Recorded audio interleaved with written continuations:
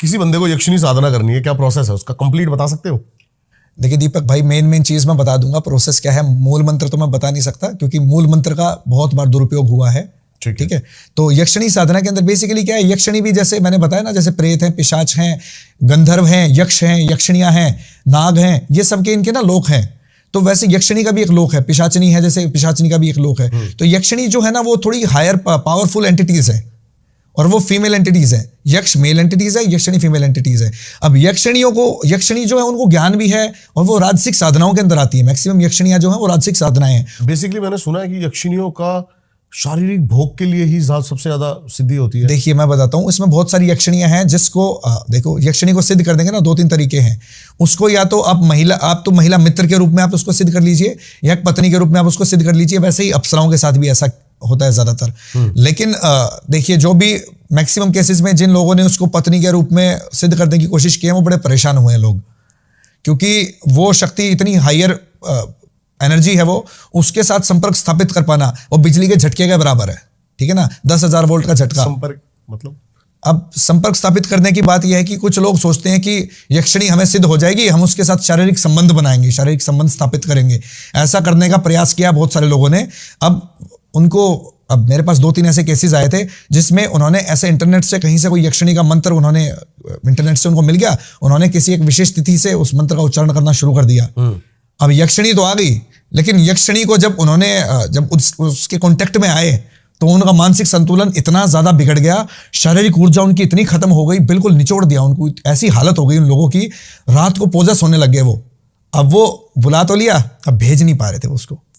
शुरू में क्या अच्छा लगता है? शुरू में तो बड़ा अच्छा लगता है उनको। उन्होंने बताया कि जी हमें बड़ा आनंद आया। सुंदरता का देखिए, सुंदरता तो बात यह है कि जो अप्सराएं हैं और यक्षिणियां हैं, अप्सराएं जो हैं वो इंद्र के दरबार में नृत्य करती हैं। जैसे अप्सरा रंभा है, अप्सरा मेनका इंद्र की प्रिय अप्सरा है, अप्सरा तिलोत्तमा अत्यंत सुंदर है, रंग रूप, हाइट, शरीर, आकार, हर चीज। अच्छा, उनके अंदर नृत्य की कला है, ज्ञान की कला, आपको ज्ञान भी दे सकती हैं। शरीर से तो अति सडूल वो होती ही हैं ऑब्वियसली।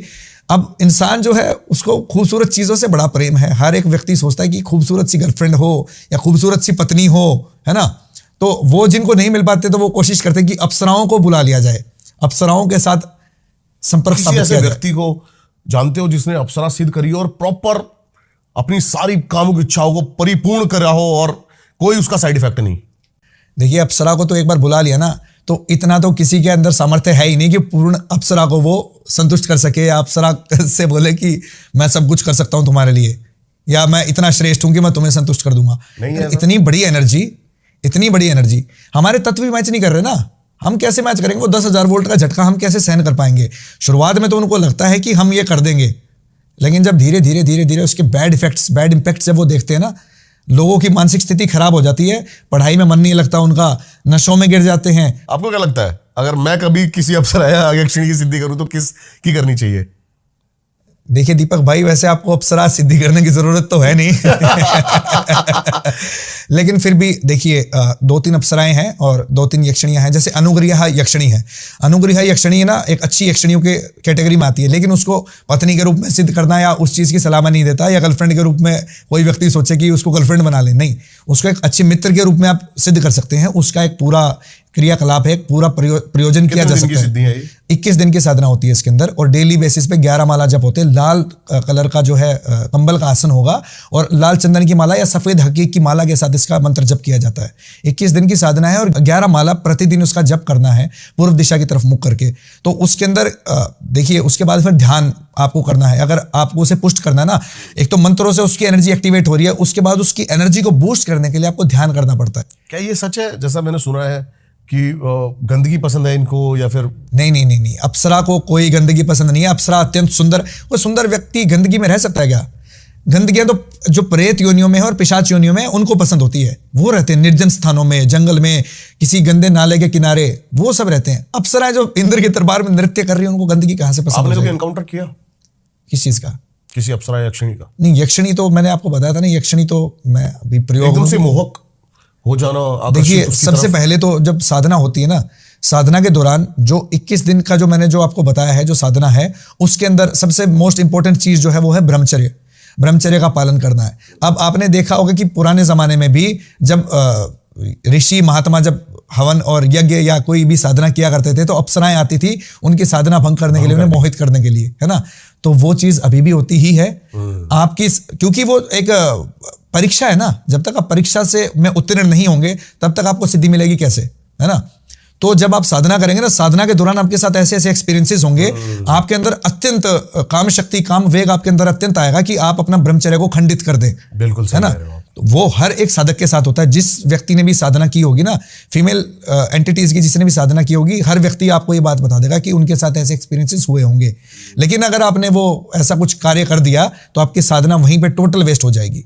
आप ही की जो काम ऊर्जा है वही जो है वो ऊपरी चक्रों की तरफ जब चलेगी, वही उस अप्सरा को या यक्षिणी को साकार रूप देगी।